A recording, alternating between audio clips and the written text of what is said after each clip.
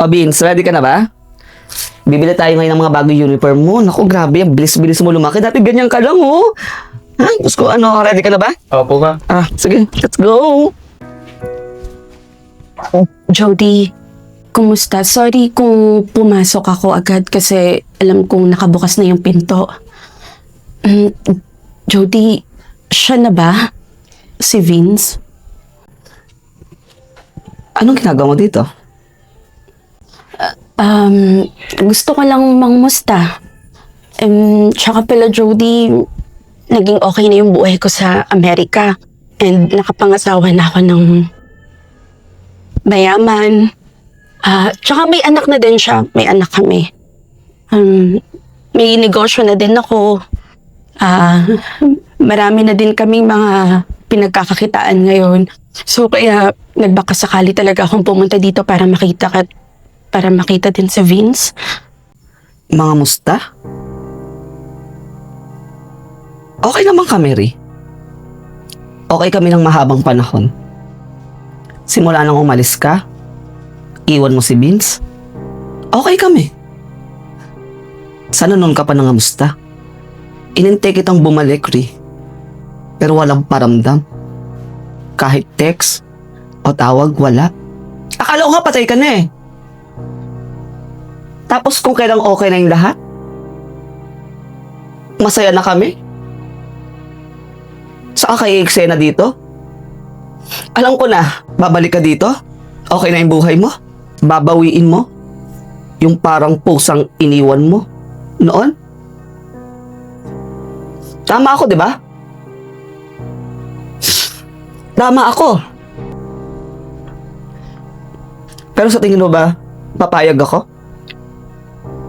Oo, hindi okay ang buhay mo noon, kaya iniwan mo. Bakit ako? Okay ba yung buhay ko noon? Diba hindi? Ako yung nagpakahirap. Ako yung nagsakripisyo habang nagpapakasasa ka. Ngayon, sabi mong mali ako. Naiintindihan ko lahat, Jody. Pero sana, this time hayaan mo ako maging ina. Alam mo naman na naging magkaibigan tayo kaya sa'yo lang ako kumakapit noon. Dahil hindi ko alam kung paano ko palalakihin yung anak ko. Hindi ko alam kung saan na ako tatakbo, Judy, at ikaw lang yung meron ako ng mga panahong yun. Alam ko kasi na magiging maayos yung buhay ng anak ko kapag sa'yo ko siya iniwan. Pero Jody, andito ako ngayon, no? Maayos, maganda na yung buhay ko. Okay na, kaya ko nang buhayin yung anak ko. Kaya sana naman, Jody, bigyan mo ako ng pagkakataon na ipakita at iparamdam sa anak ko yung pagiging ina, Jody. Sana hindi may pagtabot sa akin yun. Alam ko na naging masama akong ina dahil iniwan ko si Vince. Pero dahil may pagkukulang ako noon, pero pinagsisihan ko yun, Jody, araw-araw habang nasa ibang bansa ako. Iniisip ko kung tama ba lahat ng desisyon ko na ginawa. Ma, ano ba talaga nangyari? Hindi ko maintindihan. Vince, anak, ako yung nanay mo. Ako yung totoong nanay mo, anak. Patawarin mo ako kung iniwan kita. Patawarin mo ako kung hindi kita naalagaan at naprotektahan. Sana mabigyan mo ko ng pagkakataon, anak, na maging nanay sa'yo. Jody, kahit ngayon lang, please. Wala kang anak. Wala kang anak simula nang iniwan mo siya sa akin. Simula na nagpakalayo-layo ka rin. Wala ka ng anak. Wala ka ng babalikan. Anak ko siya. O ang nanay niya. Hindi ikaw yung kasama ng bakit. Hindi ikaw yung kasama niyang natutong siyang maglakad. Hindi ikaw yung kasama niyang natutong siyang magsalita. Ako rin, kaya ako ang nanay niya, hindi ikaw. Wala kang anak nila, wala kang babalikan, wala kang babawiin. Jody, parang ako.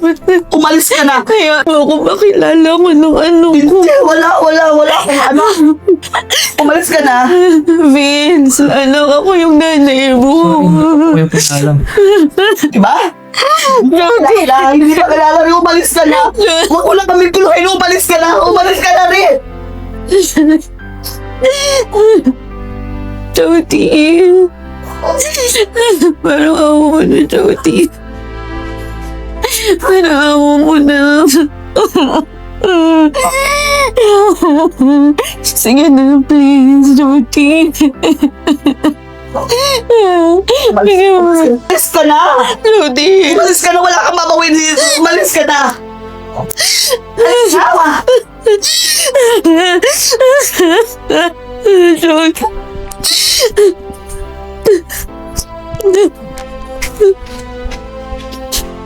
Huwag kang makinig sa kanya. Ako yung nanay mo, nga, Vince. Ako yung nanay mo, huwag kang maniwala. Ako yung nanay mo.